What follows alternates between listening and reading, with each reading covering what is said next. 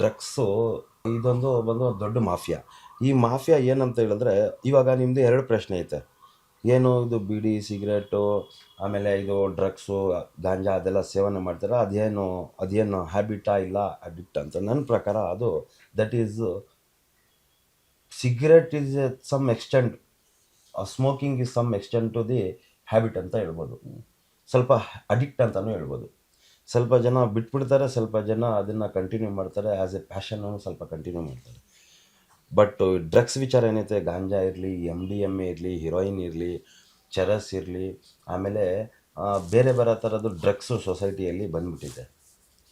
ಇದು ಒಂದು ಸತಿ ನಾನು ಭಾಳ ಡಾಕ್ಟರ್ಸ್ಗಳಿಗೆ ವಿಚಾರಣೆ ಮಾಡಿದೆ, NGOಸ್ಗೆ ಮಾಡಿದೆ, ಪ್ಲಸ್ ರಿಹ್ಯಾಬಿಲೇಷನ್ ಸೆಂಟರ್ಸ್ಗೆ ಭಾಳ ಜನಗೆ ನಾನು ಅಡ್ಮಿಟ್ ಮಾಡಬೇಕು, ಅವ್ರಿಗೆ ಅಲ್ಲಿ ಇರಬೇಕು ಅಂತ ಹೇಳ್ಬಿಟ್ಟು ನಾನು ಇದು ಟ್ರೈ ಮಾಡಿದ್ದೀನಿ, ಹಾಕಿದ್ದೀನಿ.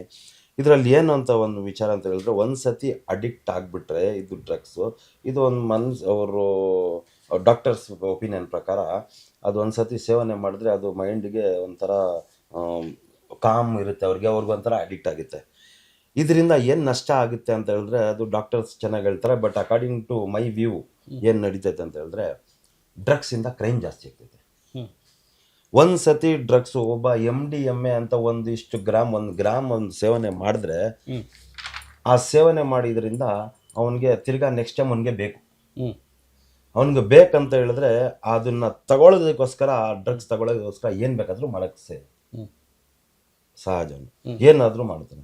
ಅವನಿಗೆ ದುಡ್ಡು ಸಿಕ್ಕಿಲ್ಲ ಅಂದ್ರೆ, ಡ್ರಗ್ಸ್ ಸಿಕ್ಕಿಲ್ಲ ಅಂದರೆ, there are so many crimes in the society which is committed only to in order to get the drugs. College ಹುಡುಗರು ಇರ್ಬೋದು, ಅನ್ಎಂಪ್ಲಾಯ್ಡ್ ಯೂತ್ಸ್ ಇರ್ಬೋದು, ಇಲ್ಲ ನಮ್ಮ ಸೊಸೈಟಿಯಲ್ಲಿ ಇರ್ತಕ್ಕಂಥ ಹುಡುಗರು ಇರ್ಬೋದು, ಅವ್ರಿಗೆ ಜಾಸ್ತಿ ಅಂದರೆ ಜಾಸ್ತಿ ಅಂತ ಹೇಳಿದ್ರೆ ಅವ್ರ ಸೇವನೆ ಇದು ಅಡಿಕ್ಟ್ ಆಗೋದ್ರಿಂದ ಅವ್ರಿಗೆ ಸಿಕ್ಕಲೇಬೇಕು. ಸಿಕ್ಕಿಲ್ಲ ಅದಿದ್ದ ಕಾರಣಕ್ಕೆ ಅವರು ಡ್ರಗ್ಸ್ ಇಸ್ ಎಕ್ಸ್ಪೆನ್ಸಿವ್. 1 ಗ್ರಾಮು 2,000 3,000 ಆ ಥರ ಹೋಗುತ್ತೆ. ಪೆಡ್ಲರ್ಸು ಅದು ಸೇಲ್ ಮಾಡ್ತಾರೆ.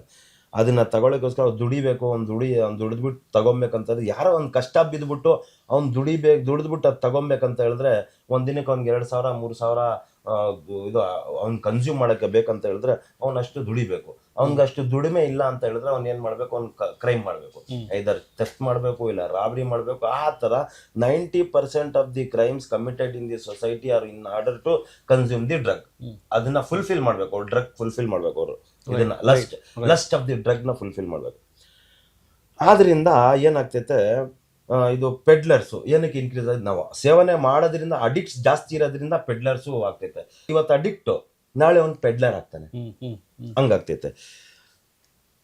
ಹೆಂಗಾಗ್ತೈತೆ ಇದು, ಸ್ವಲ್ಪ ಜನ ಕೋಕೈನ್ ತಗೊಳ್ತಾರೆ, ಸ್ವಲ್ಪ ಹೀರೋಯಿನ್ ತಗೊಳ್ತಾರೆ, ಸ್ವಲ್ಪ MDMA ತಗೊಳ್ತಾರೆ, ಸ್ವಲ್ಪ ಅವರು ಇದು ಟ್ಯಾಬ್ಲೆಟ್ ಸಿಗುತ್ತೆ ಇದರಲ್ಲಿ ಮೆಡಿಕಲಲ್ಲಿ, ನೈಟ್ರೋಜನ್ನು, ನೈಟ್ರೋವೆಟ್ಟು, ಯಾವುದಾದ್ರು ಬೇರೆ ಬೇರೆ ಟ್ಯಾಬ್ಲೆಟ್ ಸಿಗುತ್ತೆ. ಅದು ಒಂದು ಶೀಟ್ ಸಿಗುತ್ತೆ. ಆ ಶೀಟಲ್ಲಿ, ಯಾಕಂದ್ರೆ ನಾನು ಕೇಸಸ್ ನೋಡಿರೋದ್ರಿಂದ NDPS ಹ್ಯಾಂಡಲ್ ಮಾಡ್ತೀನಿ, ಅಕ್ಯೂಸ್ಗಳಿಗೆ ಇಂಟ್ರಾಕ್ಷನ್ ಮಾಡ್ತೀನಿ, ಅವ್ರ ಮನೆಯವ್ರಿಗೆ ಮಾತಾಡ್ತೀನಿ, ಏನಾಗ್ತೈತಿ, ಹೆಂಗಾಗ್ತೈತಿ, ಯಾಕಾಗ್ತೈತೆ ಅಂತ ಕೇಳಿದ್ದೀನಿ.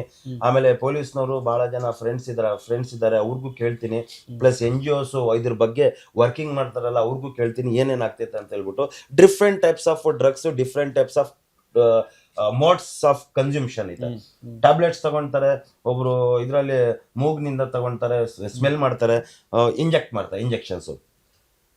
ಅಟ್ ಲೀಸ್ಟ್ ಅಂತ ಹೇಳಿದ್ರೆ, ಇವಾಗ ಕನ್ಸ್ಯೂಮ್ಷನ್ ಮಾಡ್ತಾರೆ.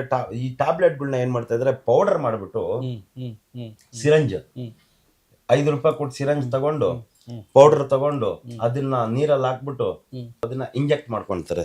ಇಲ್ಲಿ ಕೈಯಲ್ಲಿ ನರ್ವ್ಸ್ ಅಲ್ಲಿ ಇಂಜೆಕ್ಟ್ ಮಾಡ್ಕೊಂತಾರೆ. ಹೋಗ್ಬಿಟ್ಟು ಮನೆಯಲ್ಲಿ ಮಲ್ಕೊಳ್ಳೋದು, 2 ದಿನ 3 ದಿನ ನಿದ್ದೆ ಮಾಡೋದು. ಯಾಕಂದ್ರೆ ಬಹಳ ಕ್ಲೋಸ್ ಇಂದ ನಾನು ಸ್ಕ್ರೂಟ್ನಿ ಮಾಡಿದ್ದೀನಿ, ಅದನ್ನ ತಿಳ್ಕೊಂಡಿದ್ದೀನಿ. ಒಂದ್ಸತಿ ಅವನು ಸಿರಂಜ್ ಇಂಜೆಕ್ಟ್ ಮಾಡ್ಕೊಂಡ್ಬಿಟ್ರೆ 2 ದಿನ 48 ಅವರ್ 36 to 48 ಅವರ್ಸ್ ಮಲ್ಕೊಂಡೇ ಇರ್ತಾನೆ. ಊಟನೂ ಇಲ್ಲ, ತಿಂಡಿನೂ ಇಲ್ಲ, ಏನೂ ಇಲ್ಲ, ಆ ಥರ ಆಗ್ತಾನೆ. ಇವಾಗ ನಾವೆಲ್ಲ ನಮ್ಮ ನೆಕ್ಸ್ಟ್ ಜನರೇಷನ್, ನಮ್ಮ ಮಕ್ಕಳು, ನಮ್ಮ ಸ್ಟೂಡೆಂಟ್ಸು, ನಮ್ಮ ಯೂತ್ಸ್ ಎಲ್ಲ, that is the future of our country ಅಲ್ವಾ. ಅವರು ಒಂದ್ ಕಡೆಯಿಂದ ಹಾಳಾಗ್ತಾ ಇದ್ದಾರೆ. ಎಜುಕೇಷನ್ ಮಾಡ್ತಾ ಇದ್ದಾರೆ. ಭಾಳ ಕಾಲೇಜಸ್ಸಲ್ಲಿ ಇರಲಿ ನೋಡಿ, ಭಾಳ ಕಾಲೇಜಸ್ ಹತ್ರ ನೋಡ್ಬೋದು, ಹಾಸ್ಟೆಲ್ಸ್ ಹತ್ರ ನೋಡ್ಬೋದು. ಹೊರಗಡೆ ಪೆಡ್ಲರ್ಸ್ ಬಂದ್ಬಿಟ್ಟು ಸೇಲ್ ಮಾಡೋದ್ರಿಂದ ಅವ್ರ ಕನ್ಸ್ಯೂಮರ್ಸ್ ಜಾಸ್ತಿ ಆಗಿಂದ ಅಲ್ಲಿ ಅವ್ರಿಗೆ ನಮ್ಮ ಯೂತ್ಸ್ಗೆ ಎಫೆಕ್ಟ್ ಆಗ್ತೈತೆ. ಇದನ್ನ ಏನು ಮಾಡಬೇಕು, ಹೆಂಗೆ ಮಾಡಬೇಕು, ನಮ್ಮ ಪೊಲೀಸ್ನವರು, ನಮ್ಮ CP ಕಮಿಷನರ್ ಸಾಹೇಬರು ಅವರೆಲ್ಲ ಭಾಳ ಕಷ್ಟ ಬೀಳ್ತಾ ಇದ್ದಾರೆ. ಬಟ್ ಇದರಲ್ಲಿ ಏನು ಡಿಫ್ರೆನ್ಸ್ ಆಗ್ತೈತೆ, ಇದರಲ್ಲಿ ಒಂದು 2-3 ರೋಲ್ ಐತೆ. ಫಸ್ಟ್ ಆಫ್ ಆಲ್ ಏನು ಮಾಡಬೇಕು ನೀವು ಅಂತ ಹೇಳಿದ್ರೆ, ನನ್ನ ಪ್ರಕಾರ ಅಕಾರ್ಡಿಂಗ್ ಟು ಮೈ ವ್ಯೂ, ಪೆಡ್ಲರ್ಸ್ಗೆ ಹಿಡಿದ್ಬಿಟ್ಟು ಸ್ಟ್ರಿಕ್ಟ್ ಲಾ ಐತೆ. If a pedlar is found ಇದು ಪೆಡ್ಲಿಂಗ್ ಮಾಡ್ತಾ ಇದ್ದಾನೆ, ಸೇಲ್ ಮಾಡ್ತಾ ಇದೆ ಅಂತ ಹೇಳಿದ್ರೆ ಅವ್ನಿಗೆ ಕ್ವಾಂಟಿಟಿ ಪ್ರಕಾರ ಲೋ ಕ್ವಾಂಟಿಟಿ ಇರುತ್ತೆ, ಇಂಟರ್ಮೀಡಿಯೇಟ್ ಕ್ವಾಂಟಿಟಿ ಇರುತ್ತೆ, ಕಮರ್ಷಿಯಲ್ ಕ್ವಾಂಟಿಟಿ ಇರುತ್ತೆ. ಕ್ವಾಂಟಿಟಿ ಪ್ರಕಾರ ಅವ್ನಿಗೆ ಕೇಸ್ ಹಾಕ್ತಾರೆ. ಅದು ಕೇಸ್ ಹಾಕಿದ ಮೇಲೆ ಆಮೇಲೆ ಟ್ರಯಲ್ ನಡೆಯುತ್ತೆ, ಪ್ರೂವ್ ಆಗುತ್ತೆ. ಪ್ರೂವ್ ಆದ್ರೆ ಒಂದ್ ವೇಳೆ ಶಿಕ್ಷೆ ಆಗುತ್ತೆ. For example commercial quantity, low ಕ್ವಾಂಟಿಟಿಯಲ್ಲಿ ಪ್ರೂವ್ ಆಗಿ ಎಲ್ಲ ಪ್ರೊಸೀಜರಲ್ ಎಲ್ಲ ಆಗಿ ಪ್ರೂವ್ ಆಗಿ ಆಗಿದ್ಮೇಲೆ 10 ವರ್ಷ ಅಪ್ ಟು 10 years ಶಿಕ್ಷೆ ಐತೆ. ಕಮರ್ಷಿಯಲ್ ಕ್ವಾಂಟಿಟಿ ಎಸೆಯೋದಾದ್ರೆ ಅವನಿಗೆ more than 10 years 20 years up to life imprisonment ಐತೆ. ಇದು ಸ್ಟ್ರಿಕ್ಟ್ ಲಾ ಇರೋದ್ರಿಂದ ಒಂದಷ್ಟು ಹೇಳ್ಬೋದು ಪೆಡ್ಲರ್ಸ್ ಸ್ವಲ್ಪ ಅವಾಯ್ಡ್ ಆಗುತ್ತೆ ಅಂತ ಹೇಳ್ಬಿಟ್ಟು. ಇದರಲ್ಲಿ ಒಂದು ಲ್ಯಾಪ್ಸ್ ಐತೆ ನನ್ನ ಪ್ರಕಾರ. Though there is a strict rules and procedures followed by the state police and district police ಸ್ಟೇಷನಲ್ಲೂ, ಆದ್ರೂ ಅದ್ರಲ್ಲಿ ಸ್ವಲ್ಪ ಲ್ಯಾಪ್ಸಸ್ ಐತೆ. ಏನೇನು ಅದರಲ್ಲಿ ಆಗುತ್ತೆ, ಪೊಲೀಸ್ನವರು DGP ಆಫ್ ದಿ ಸ್ಟೇಟ್ ಮನ್ಸ್ ಮಾಡಿದ್ರೆ ಇದನ್ನ 1 ವಾರ, 15 ದಿನ, ಮ್ಯಾಕ್ಸಿಮಮ್ 1 ತಿಂಗಳಲ್ಲಿ ಸ್ಟಾಪ್ ಮಾಡ್ಬಿಡ್ಬೋದು. ಹೆಂಗ್ ಸ್ಟಾಪ್ ಮಾಡ್ಬೋದು, ಹೇಗೆ ಸ್ಟಾಪ್ ಮಾಡ್ಬೋದು according to my opinion, my experience ಏನಂತ ಹೇಳಿದ್ರೆ, ಫಸ್ಟ್ ಆಫ್ ಆಲ್ ಏನೈತೆ ಅಂತ ಹೇಳಿದ್ರೆ ಸ್ಟ್ರಿಕ್ಟ್ ಲಾ ಐತೆ NDPS ಅಲ್ಲಿ.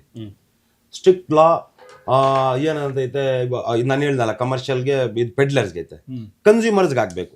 ಕನ್ಸ್ಯೂಮರ್ಸ್ಗೆ ಏನು ಮಾಡ್ತಾರೆ, ಫಸ್ಟ್ ಟೈಮ್ ಕನ್ಸ್ಯೂಮರು ಯಾರೋ ಒಂದು ಹುಡುಗ ಫಸ್ಟ್ ಟೈಮ್ ಕನ್ಸ್ಯೂಮ್ ಮಾಡ್ದ, ಅವ್ನಿಗೆ ಗೊತ್ತಾಯ್ತು. ಪೊಲೀಸ್ನವರು ಏನು ಮಾಡ್ತಾರೆ, ಅವ್ನಿಗೆ ಹಿಡ್ಕೊಂಡೋಗಿ ಆ ಸೆಕ್ಷನ್ 27 NDPS ಆ್ಯಕ್ಟ್ ಅಲ್ಲಿ ಪ್ರೊಡ್ಯೂಸ್ ಮಾಡ್ತಾರೆ. ಪ್ರೊಡ್ಯೂಸ್ ಮಾಡಿದ ತಕ್ಷಣ ಅಲ್ಲಿ ಕೋರ್ಟ್ ಏನು ಮಾಡುತ್ತೆ, ಅವನಿಗೆ ಫೈನ್ ಹಾಕುತ್ತೆ. ಡೆಫಿನೇಷನ್ ಸೆಕ್ಷನ್ 2C3 ಅಲ್ಲಿ ಒಂದು ಡೆಫಿನೇಷನ್ ಐತೆ, ಇದರಲ್ಲಿ ಕನ್ಸಂಪ್ಷನ್ ಮಾಡೋನ್ಗೂ ಹಾಕ್ಬೇಕು ಅಂತ. ನನ್ನ ಪ್ರಕಾರ, ನನ್ನ ಒಪಿನಿಯನ್ ಪ್ರಕಾರ, ಕನ್ಸಂಪ್ಷನ್ ಮಾಡೋವ್ರಿಗೆ ಇದರಲ್ಲಿ ಒಂದು 6 ತಿಂಗಳು ಇವಾಗ ರಿಹಾಬ್ಗೆ ಹಾಕ್ತಾರೆ. ಇವಾಗ ಇವ್ರು ಏನು ಮಾಡ್ತಾರೆ, ಪೇರೆಂಟ್ಸ್ ಏನು ಮಾಡ್ತಾರೆ, NGOs ಇದರಲ್ಲಿ ರಿಹಾಬಿಲೇಷನ್ ಸೆಕ್ಟರ್ ಹಾಕ್ತಾರೆ. ನಮ್ಮ ಮಗ ಎಡಿಕ್ಟ್ ಆಗಿಬಿಟ್ಟಿದ್ದಾನೆ, ಅವ್ನಿಗೆ ರಿಹಾಬಲ್ಲಿ ಹಾಕಿದ್ರೆ ಒಂದು 10,000 ತಿಂಗಳಿಗೆ ಕೊಟ್ಬಿಟ್ಟು ಹಾಕ್ತಾರೆ. 6 ತಿಂಗಳು, 8 ತಿಂಗಳು, 1 ವರ್ಷ, 6 ತಿಂಗಳು ಹಾಕ್ತಾರೆ. ಅದಕ್ಕಿಂತ best solution is that according to my opinion. If ಕನ್ಸ್ಯೂಮರ್ಗೆ ಅಡಿಕ್ಟ್ ಆಗ್ತಾರೆ, ಕನ್ಸ್ಯೂಮರ್ಗೆ 1 ವರ್ಷ ಒಳಗಡೆ ಹಾಕ್ಬಿಟ್ರೆ ಅವನಿಗೆ ಅಲ್ಲಿ ಚಟ ಹೋಗ್ಬಿಡುತ್ತೆ. ಗೊತ್ತಾಯ್ತಾ, ಲಾ ಸ್ಟ್ರಿಕ್ಟ್ ಐತೆ ಅಂತ ಗೊತ್ತಾಗುತ್ತೆ. ಕನ್ಸ್ಯೂಮರ್ಸ್ ಇಲ್ಲ ಅಂದ್ರೆ ಪೆಡ್ಲರ್ಸು ಇರಲ್ಲ, ಕಂಪ್ಲೀಟ್ಲಿ ಕ್ಲೋಸ್ ಆಗ್ಬಿಡುತ್ತೆ ಪೆಡ್ಲರ್ಸು. ಇವಾಗ ಪೊಲೀಸ್ನವ್ರು ಏನ್ ಮಾಡ್ತಾ ಇದಾರೆ ಅಂತ ಹೇಳಿದ್ರೆ, but they are doing A good duty. ಏನಂತ ಹೇಳ್ತಾರೆ, ಕನ್ಸ್ಯೂಮರ್ಸ್ಗೆ ಏನು ನೀನು ಕನ್ಸ್ಯೂಮರ್ ಅಲ್ವಾ ಅಂತ ಹೇಳ್ಬಿಟ್ಟು ಮೆಡಿಕಲ್ ಟೆಸ್ಟ್ ಮಾಡ್ತಾರೆ. ಸೆಕ್ಷನ್ 27 ಅಲ್ಲಿ NDPS ಆ್ಯಕ್ಟ್ ಅಲ್ಲಿ ಪ್ರೊಡ್ಯೂಸ್ ಮಾಡ್ತಾರೆ. ಅದರಲ್ಲಿ ಮ್ಯಾಜಿಸ್ಟ್ರೇಟ್ ಮುಂದೆ ಪ್ರೊಡ್ಯೂಸ್ ಮಾಡ್ತಾರೆ. ಅಲ್ಲಿ ಒಂದು 5,000 10,000 ಫೈನ್ ಆಗುತ್ತೆ. ಅದು ಫೈನ್ ಕಟ್ತಾರೆ, ಪ್ಲೀಡ್ ಗಿಲ್ಟಿ ಮಾಡ್ಕೊಳ್ತಾರೆ, ಅದು ತಪ್ಪಾಯ್ತು ಅಂತ ಕ್ಷಮೆ ಕೇಳಿ ಅಂತ ಕೇಳ್ಕೊಳ್ತಾರೆ. ಕ್ಷಮೆ ಕೇಳ್ಕೊಳ್ತಾರೆ, ಅಕ್ಯೂಸ್ಡ್ ಬಿಟ್ಬಿಡ್ತಾರೆ.